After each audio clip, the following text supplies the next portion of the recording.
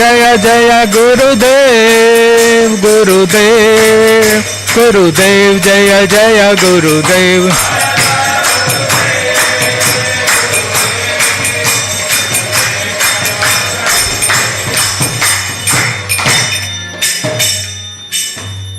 जय ओम विष्णुपाद परिहंसकाचार्य अष्टोत्तर शत श्रीमद अभय चरणारविंद भक्ति वेदांत स्वामी शीला प्रभुपाद की, इसका अनफाउंड आचार्य शीला प्रभुपाद की, नम आचार्य शीला हरिदास ठाकुर की, ग्रंथराज श्रीमद् भागवतम की. All glory to the assembled devotees, all glory to the assembled devotees, all glory to the assembled devotees, all glory to Shri Guru and Gauranga, all glory to Srila Prabhupada की जय.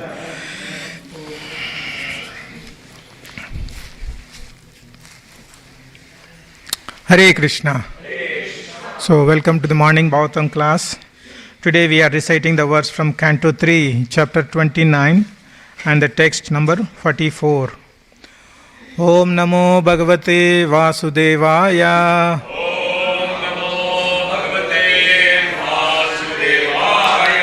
Om Namo Bhagavate Vasudevaya.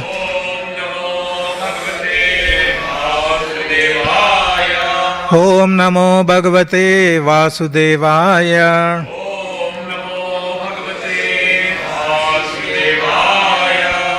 Please repeat with me. Gunabhimani no deva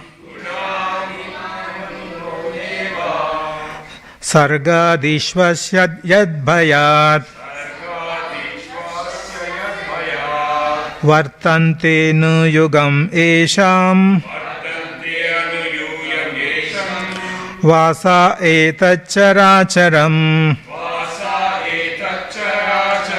Gunabhimani no deva Sargadishvasya yadbhayat Vartante nyu yugam esham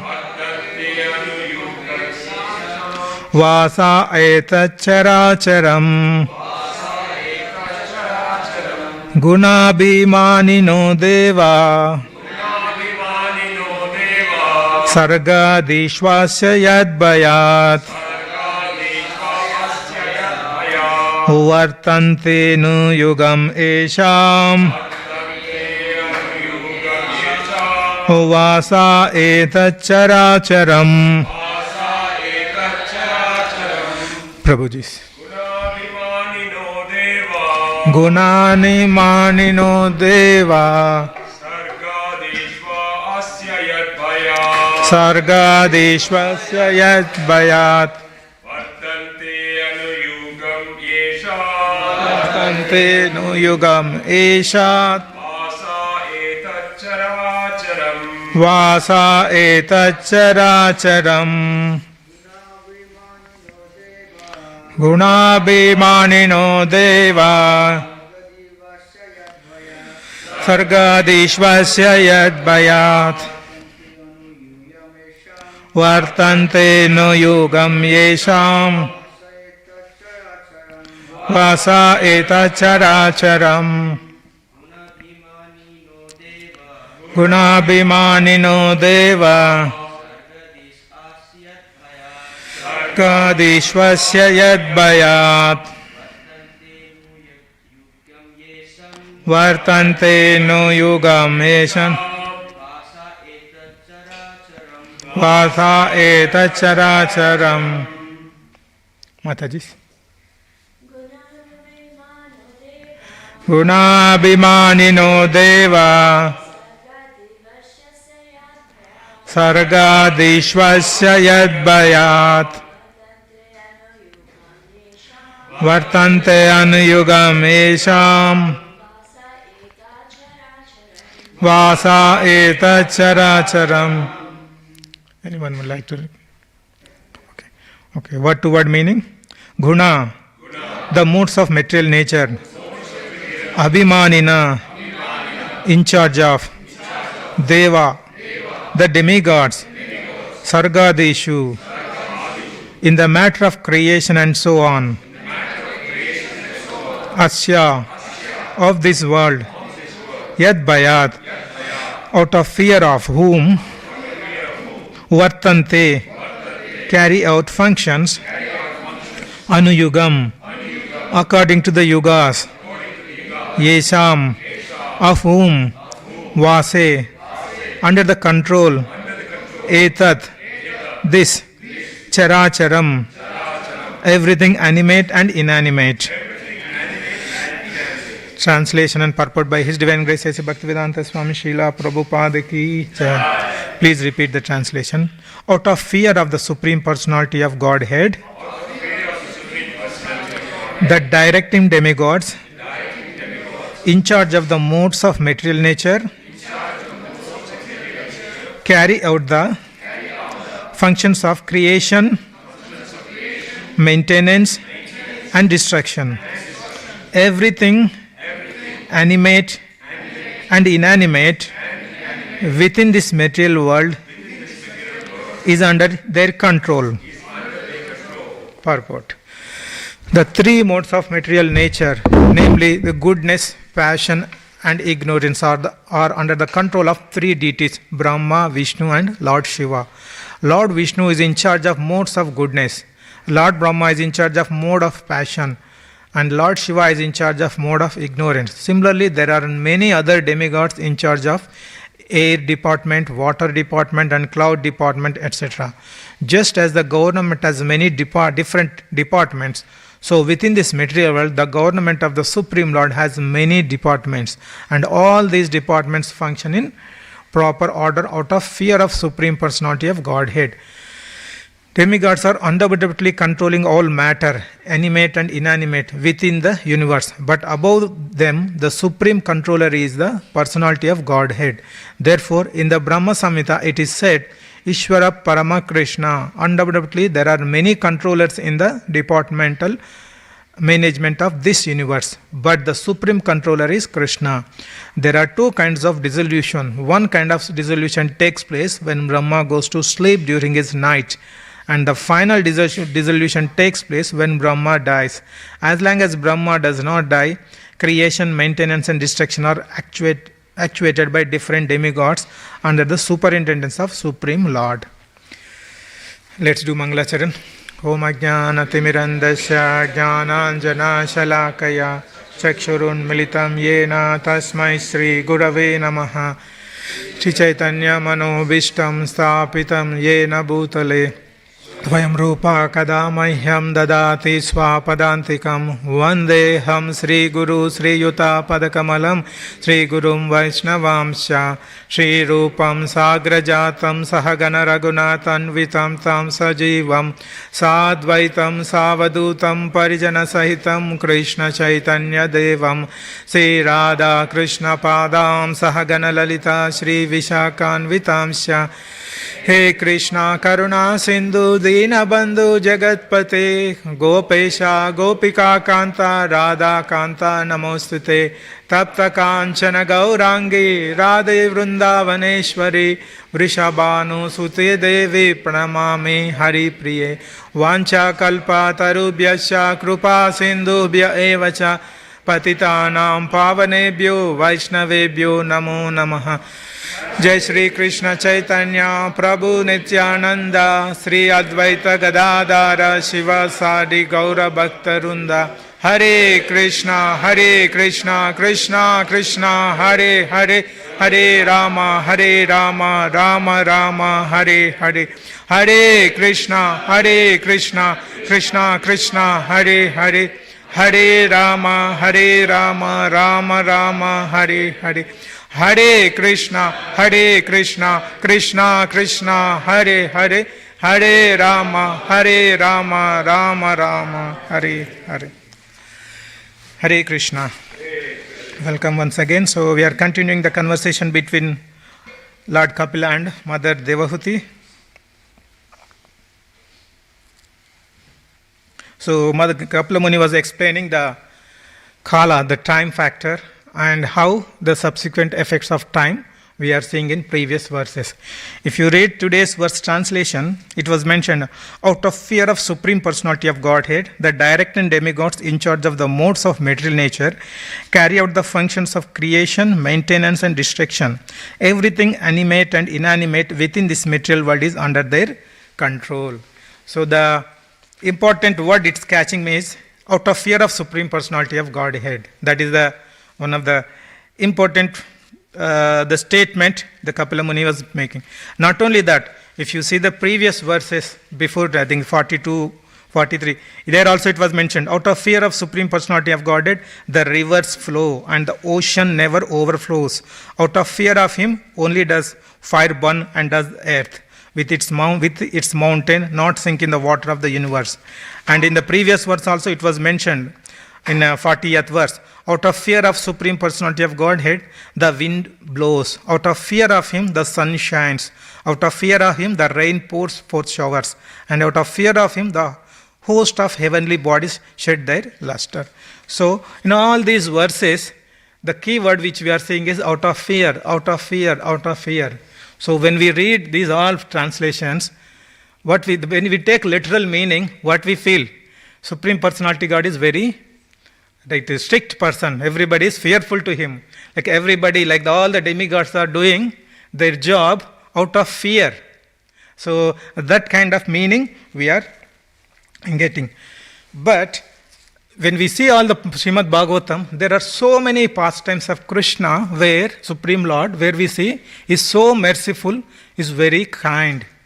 Like now we are in Purushottam month, and every day we are reciting the Chaurastakam, right? It was written by Bilvamangal Thakur. If you see the pastimes of Bilvamangal Thakur, what happened? He pierced his eyes to overcome the lusty desires, and he wanted to travel to Vrindavan. He was because he doesn't have eyes, he is unable to see the way to go to Vrindavan. Then Krishna personally came and helped him to reach Vrindavan. Not only that, so many pastimes we can see, and in the third canto itself, since we are reading third canto, in the third canto itself we can see the merciful nature of Krishna, Supreme Lord Vishnu, where in the four Kumaras pastime, where the four Kumaras were trying to enter into the Vaikuntha. And the Jaya Vijaya stopped their entry into the Vaikuntha, and the four Kumaras were upset and they cursed Jaya and Vijaya. And then what happened? The Vishnu entered the situation. He spoke very nice words. He mentioned that since these Jaya and Vijaya are my servants, that if any mistake committed by them, it is as good as committing by myself. That kind of responsibility he was taking. So when we see all these pastimes, whatever we are reading, it is completely contradictory, right? So Krishna is merciful, very, very merciful. We have so many pastimes. Then what does it mean? What is Kapila Muni is trying to mention? Out of fear, everything is happening. Out of fear, all the demigods are functioning, right? So what is it exactly? We try to understand in the first few minutes, So how we can understand these functionalities of demigods and Supreme Lord? We can take the material analogy. Previously also in previous classes we discussed, how we can, the Supreme Lord Krishna is the main head of all the demigods, and there are various demigods like sun, moon, Varuna, Vayu, Brahma, Shiva. All these are demigods for performing different duties. Like in material analogy, if you see, for any country, there will be a president or the prime minister, and the different ministers are there, right? So when they have to, the different ministers have their full control on their departments, but prime minister is the overall head of the country and overall head of all the ministers. He will have more powers than these ministers. Like suppose in case if some of the ministers are not performing well, what the prime minister can do? He can remove those prime ministers. Or if some of the ministers doing some corruption or some any other criminal activities, here the prime minister has full right to take them out of this.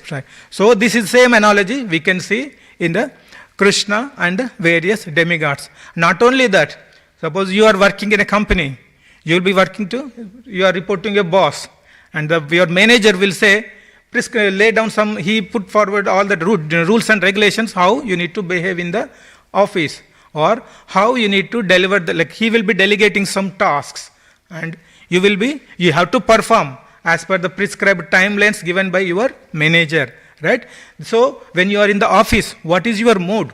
You will be obliged to perform the duties as per your boss instructions. So you will be respectful, you will be obedient to your boss, so that you wanted to please your boss by performing all the tasks assigned by him. So we can see the same mood in the demigods. So demigods also, they will be having the fearful thing, because they have wanted to perform the responsibilities assigned by Krishna nicely. They don't want to cause any inconvenience to Krishna. So out of fear, the fear is like it's a respect. Another example we can see in our families, particularly if in a Indian background, like when the elders, like grandfathers or anyone came, we show some kind of respect, and we show some kind of obedience. At the same time, we show some kind of fear. It's not that we don't have good relationship with our grandparents or any elders, but we have a obedience, respect, and little bit of fear, saying that too. So we need to respect. The similar kind of fear all the demigods will be exhibiting, right? They, out of respect to the Supreme Personality of Godhead, because Supreme Personality delegated some responsibility to these demigods, and these demigods they wanted to perform these tasks and the please Krishna without committing any offense, without committing any mistake. With that mood, they wanted to try. If you see most of the relationship between the demigods and the Supreme Lord, it's like a Dashabhav, right? There's master and servant relationship, where definitely servant is obedient, respectful, and having the kind of fear to perform the tasks properly. So that kind of mood even demigods are exhibiting here. If you see in some cases, Supreme Lord is punishing demigods. We can see the pastimes of Govardhan Leela, where Indra created so many thunderstorms, Samvartak, and he submerged all the Vrindavan. Then Krishna lifted Govardhan mountain and he protected all Brajavadis. After that, the Indra came, apologized Krishna, right? So we can see, even not only in the Ramayana also, we can see when Lord Ram wanted to build a bridge to cross over the ocean, right? And the Samudra was not initially supporting. Then Ram got angry. Then he was obedient. So we can see the relation between the master and servant. So wherever the Supreme Lord is required to exhibit his powers, he will exhibit powers to correct the demigods. And in some cases, every time, most of the cases, the demigods are very subordinate and they will be obedient to the Supreme Lord to perform the delegated tasks. Not only that, so if you see the most great demigods are the devotees of the Lord. So that when they are all the devotees of the Lord, they are not performing any duty like generally normal context, when we say out of fear means, so like we see like someone will put gun or something in a knife, weapon, then they will forcing you to do some activity. So then you will have a fear. The fear exhibited by demigod is not that kind of fear. We have to understand. That fear is different, and this is out of respect. They are out of love, devotion. They are showing this respect, and that these demigods are great devotees. Like if you see Brahma, he did Brahmas after performing austerity, tapasya for 100 years, and he got all the knowledge from Supreme Lord, and after that he started glorifying Brahma, Supreme Lord with Brahma Samhita. Like that, there are many demigods, they are out of love and the devotion, they are offering prayers. So their fear is different from the normal fear which we think of, right? So even the different demigods, like even the fear also, the fear of the demigods, it was also, we can understand through our scriptures. So even we have the nectar of devotion, we have the bhakti process, it was explained, right? The Vaidhi Bhakti and Raganuga Bhakti. So Vaidhi Bhakti is where we practice the devotion to reach the highest stage. It's a gradual process. So but in the initial beginning stage, neophyte stage, we will have a fear. Because we have to do all the prescribed duties as part of sadhana, right?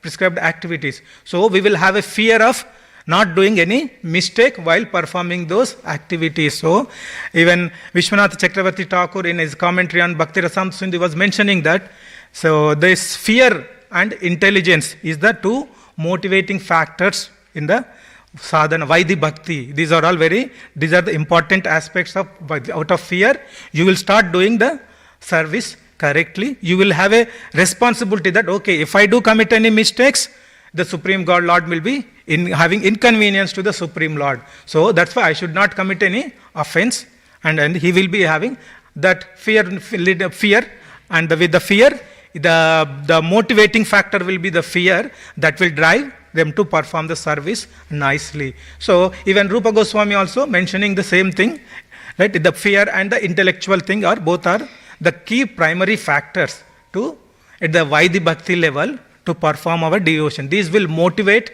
us to perform devotion properly. And when it comes to the Raganuga Bhakti means attachment, the spontaneous love towards Supreme Lord. When we perform the Raganuga Bhakti as well, but the fear is there, but that is not the primary factor. The primary factor is attachment, excessive love attachment towards Krishna. But when we do the secondary factor, in the sense, suppose we have the loved ones, we love someone very much, and what is it? We do so many things spontaneously to please them, but at the same time, we will have a fear. We should not mistreat them by accidentally, unknowingly. And when they disappoint, and there is a chance that we may lose them. That is the kind of fear in the Raganuga Bhakti also we will have, where it's not the primary factor, but we have a kind of responsible fear, where we feel that out of compassion, spontaneously, we might be doing many services towards Krishna to please him, but at the same time, we are, as mentioned earlier, so we will have some responsibility when our dear ones, if we try to please them, but accidentally we may hurt them, or something we may do inappropriately, right? Then that will disturb them, and then we may lose them. So, but when we are doing the spontaneous also, this kind of mentality the devotees will be having. So that is what the Rupa Goswami and Vishwanath Chakravarti are talking. The fear is there as a base, one of the underlying the factor, the quality which we have to inculcate when we are doing the devotional service. Now we are seeing all this fear in terms of this devotional aspect, where in relation to demigods and in the devotional context, we are trying to see the fear. But now coming to our material world fear. So the devotional fear is such that our fear is towards Supreme Lord. We don't want to displease, or we don't want to create any inconvenience to Supreme Lord. But when we come to the material world fear, what is the fear we have in the material world? The basic fear, like we may be having so many possessions, like big car, big building, or many other valuable items, right? We always have a fear of losing them, right? That is the kind of fear we have. So we have to understand this material fear and the fear on spiritual platform. This material fear is like we are having the fear of losing those items, costly, valuable items. Why we will have a fear? Because we developed attachment to those. In the spiritual world, we develop attachment towards Supreme Lord, whereas in this material world, the fear is generated when we develop attachment to all the material items which will fulfill our sense gratification, which will fulfill our sense enjoyment. These are the items when we develop attachment, then obviously, subsequently, we will have a fear of losing them as well. So that is the fear we will have in this material world. Example, we can say, like if you have very costly or valuable items, you always think, where should I keep? Where should I keep them to protect so that no one will come and take that item? Or if you are working in the office culture, what will be you wanted to work very hard to get recognition in front of your boss, or you wanted to get promotion, or you want to go progress in your career. That will be your aim when you are working. And at the same time, there will be many other employees working like you. So there will be so much competition. When you are progressing in your career path, you always have a fear of losing them, because many other people are working like you, very hardly working. You will have that kind of fear. And so these are all material fears where we try to, we will be developed because of the excessive attachment to the material possessions. We will be having this material fear. And how we deal with this material fear? Like example, we can take the valuable possessions in your house. Suppose if you are going away for a week, and you always think, where should I keep this valuable item? Should I keep it in the locker bag or bank? We have to hire a locker and keep it, or I have to keep them in some friend's house, right? So these are the various things you will be having in your mind. So you will have multiple options. If I lose this, you cannot. That is the first fear. You are having a fear of losing that valuable item. So to avoid that fear, getting into the fear situation, what you are doing, you are having the options, right? Okay, I will keep it in the bank, or I will keep it in some other place. So these are all various options you are evaluating to get into the fearful situation in the material world. Now in a proper corporate world, in a professional world, what we call the risk management, where we always think that, okay, there is a possibility of going to happen in the future. We always think that is a fear, right? If you are running a project, you always think that, you always try to find out the risks. What is the risk? Means something bad going to happen in future. That is what you are visualizing, imagining based on the knowledge you have. So that is a fearful thing. So to avoid that, what you are doing, you will do so many options. Okay, if this thing happens, this goes wrong, I will do option B. I will do other option. So for each option, there is a possibility of that it may not go as per your plan. So in that case, what will happen? You will keep on having multiple options. This is where we try to deal material fear. This is the risk management. But how do the Bhagavad Gita also recommends how we can avoid fearful situation? So when we see the Bhagavad Gita, when we starting chapter, what happened? Arjuna was entering into the battlefield. In fact, Arjuna is a great devotee of the Lord. Because he's a great warrior and he's a devotee of the Lord. And when he got Pashpatastra from Lord Shiva, he pleased Lord Shiva, and he got so many weapons. And even Krishna was speaking to Bhagavad Gita because he's a great devotee and friend to Krishna. So Arjuna is not a normal person. But when he entered into the battlefield of Kurukshetra, what happened? Suddenly he saw all the grandparents, Bhishma Dev and his your teacher and many other relatives. His mind started thinking differently. His mind is saying not to fight, right? So finally what he did, to avoid this confusion, he surrendered to Krishna. And then Krishna spoke Bhagavad Gita, and then Arjuna's mindset has completely transformed. Then he got a higher vision. What is it? He was previously, before listening Bhagavad Gita, he was thinking on material platform, all the fear and everything. Like if some people die in the war, what will happen to their family?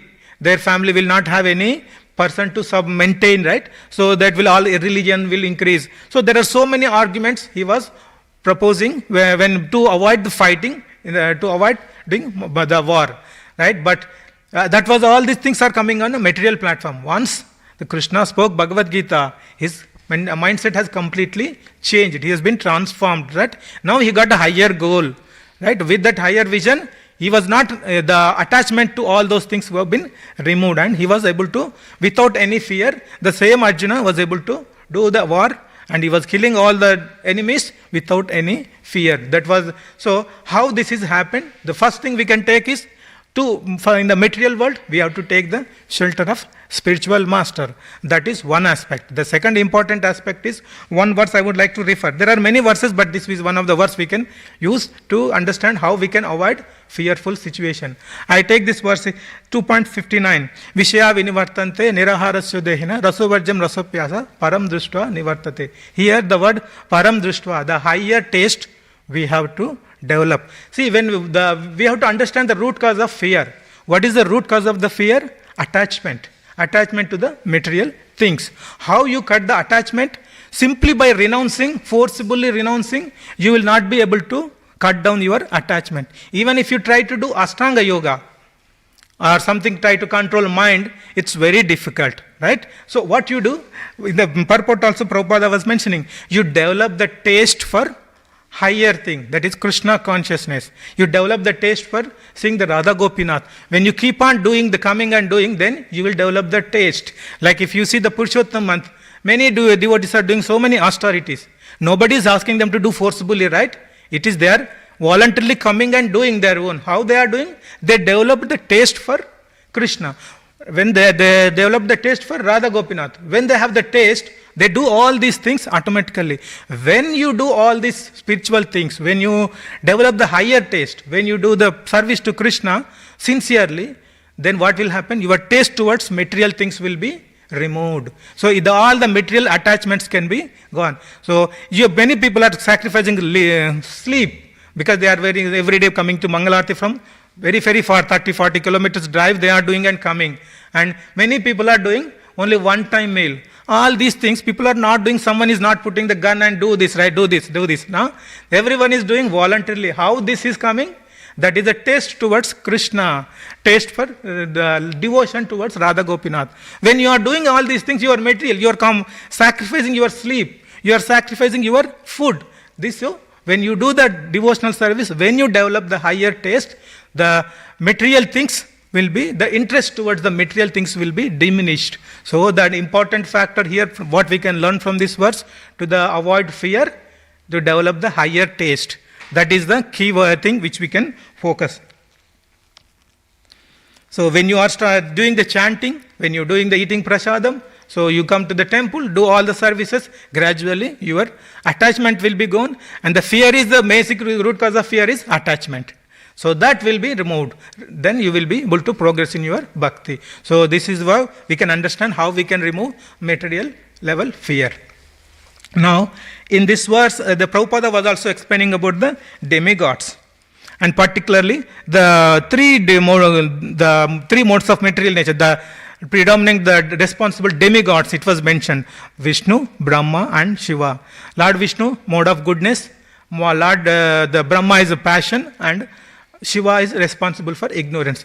We should not misunderstand that these devatas are possessing those qualities. It's not that. Meaning is, these devatas like Vishnu, Brahma and Shiva, they are performing the activities which are in nature, goodness, passion and ignorance. Vishnu is a supreme Lord, right? So he will not be having any connection with the three modes of material nature. And Shiva is doing the ignorance activities. Doesn't mean that Shiva is in the mode of ignorance. He is doing the destruction in the mode of, those activities are in the mode of ignorance. So, but some people in this world, people think that they are on the same level. Brahma, Vishnu and Maheshwara. That is a common misunderstanding. One thing we can understand that even when every day morning we recite 10 offenses, the second offense is the same thing, right? We should not treat Brahma and Shiva on the same platform as Vishnu. And one basic understanding we can have to understand, to know that they are not at that level. So when we see how Brahma is created, Brahma came from the abdomen of Garbhodakashayi Vishnu, right? So Vishnu is the father, and Brahma is a son. That is the relation we can say. And the Shiva also, they generated from when Vishnu, Mahavishnu glanced in material nature, through that effulgence, the Lord Shiva took the birth, and he interacted with Maya, and then the material creation happened. So Vishnu directly not contacting material world, through Shiva he was contacting. So here also Shiva came from the Vishnu. So the father is there, Vishnu, and the Brahma and Shiva came from the Vishnu. So this, with our common understanding, we can see that Vishnu is on top, Brahma and Shiva are next level, the subordinate. So this kind of understanding we can develop. When we understand these details, that will give an idea the relationship between the Brahma, Vishnu and Shiva. So Brahma and Shiva are the demigods, and the Vishnu is the Supreme Lord. And we have the pastime from Bhagavatam 10th canto also, where one day Bhrigu Muni, like all the sages were wanted to see who is the Supreme Lord, right? Supremacy among all three. Then Bhrigu Muni first went to Brahmalok, and as soon as he entered Brahmalok, he did not pay obeisances to Brahma. Brahma is a father, so he was very upset that the Bhrigu Muni did not pay obeisances, and he was about to curse. But later he realized that he showed compassion, he did not curse. Then he went to Shiva abode, and because Shiva wanted to hug the Bhrigu Muni, but Lord Shiva is having so much dust, everything, so Bhrigu Muni was denying that. So even Lord Shiva also was upset, and he was about to curse Bhrigu Muni. But Mother Parvati stopped him. And finally he went to Vaikuntha, and the Bhrigu Muni kept his feet on Lord Vishnu's chest. But Vishnu and Lakshmi, they did not show any negative thing. They came and they told that, okay, please forgive us, we didn't realize that you are coming here. And they treated very well. So this shows the tolerance levels of these these gods, right?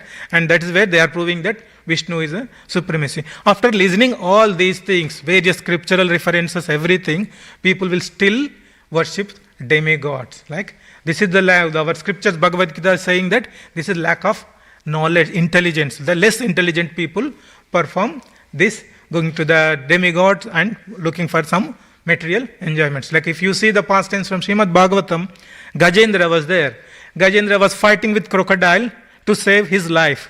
And Gajendra was keep on trying for a long time. But after when he said that, okay, when he thought that, okay, he's not going to, or himself he cannot come out. So then he started praying Supreme Lord.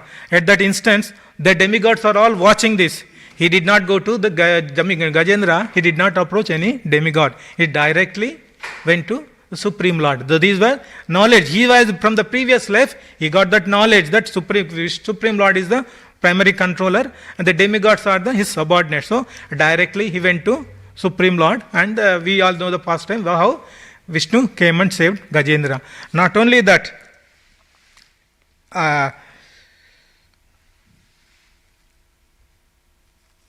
even Ramayana also. Like when Ram and Lord Ram and Ravana were fighting, and Ravana realized that yes, he went to Lord Shiva to take the help.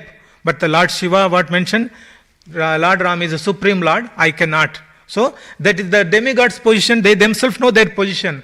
So he cannot help Ravana to get the victory, because the other side Supreme Lord is fighting, he cannot go against his master, right? That is how we can say the demigods they know their position and they know very well that they cannot go against the Supreme Lord. So from all these things we can understand the intelligent people directly go to the Supreme Lord, but whereas the less intelligent people go to the approach demigods. Even Srimad Bhagavatam, Prahlad Maharaj was mentioning in his prayers, right?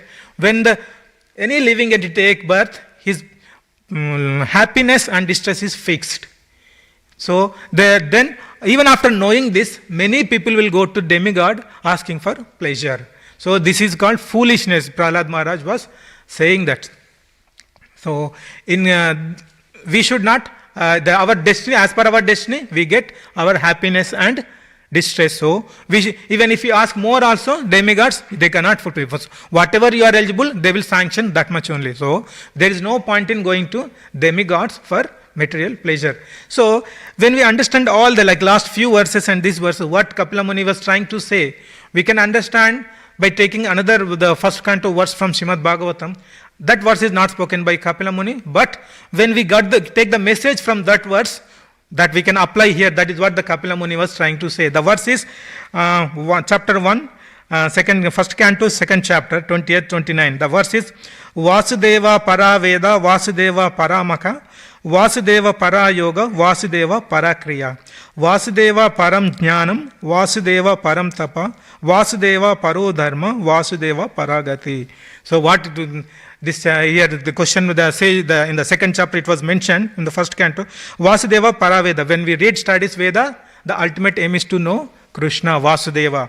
When we do Vasudeva Paramaka, when we do all the various activities, the ultimate aim is to please Krishna. And yoga, Vasudeva Para Yoga, ultimate purpose of yoga is to connect to Vasudeva. So Vasudeva Parakriya, whatever any fruitive activities you perform, the ultimate beneficiary is Krishna. And Vasudeva Param Jnanam, whatever knowledge we acquire, that is to know Vasudeva. And Vasudeva Param Tapa, whatever austerities you do, that is to please Krishna. And Vasudeva Paro Dharma. So, Krishna is ultimate Dharma. Dharmastu Sakshat Bhagavat Pranitam. Whatever Krishna says, that is Dharma, right? So, and Vasudeva Paragati. So, ultimate destination is Vasudeva. So, everything is Vasudeva. Whatever activities you do, whatever austerities you do, whatever knowledge you try to acquire, everything is to understand Vasudeva and finally to reach Vasudeva. Same thing Kapila Muni was explaining here in the devotional service. Don't approach in the demigods. He is explaining in all the various in the fear, out of fear, everything he was saying, that just he was trying to highlight that we should not approach a demigod. Vasudeva is everything. Ultimate aim is Vasudeva, that is Supreme Lord. Even Bhagavad Gita, also Krishna was saying, Bahunam Janmanamante Jnanavan Mam Prapajyate Vasudeva Sarvamiti Sa Mahatma Sudurlabha. So these are all instructions.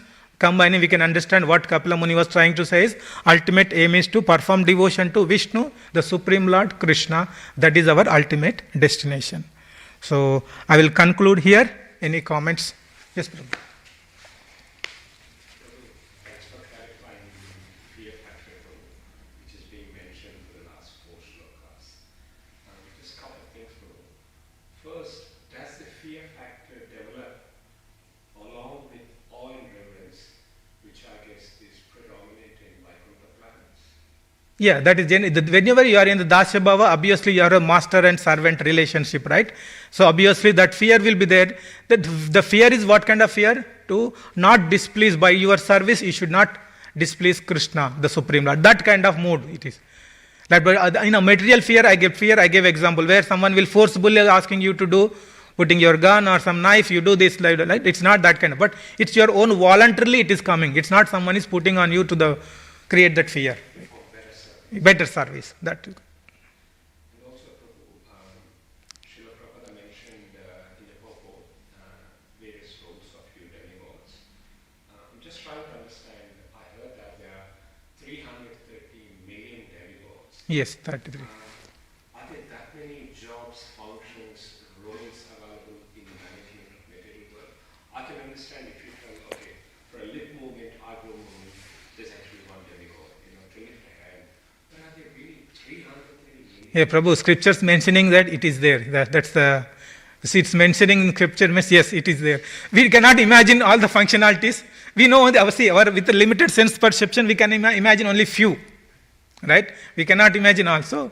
It's mentioned that yes, it is there. So when we read Vedas and scriptures thoroughly, we may identify, but 33 crore devatas, 330 million, yes. So it's mentioned means it is there.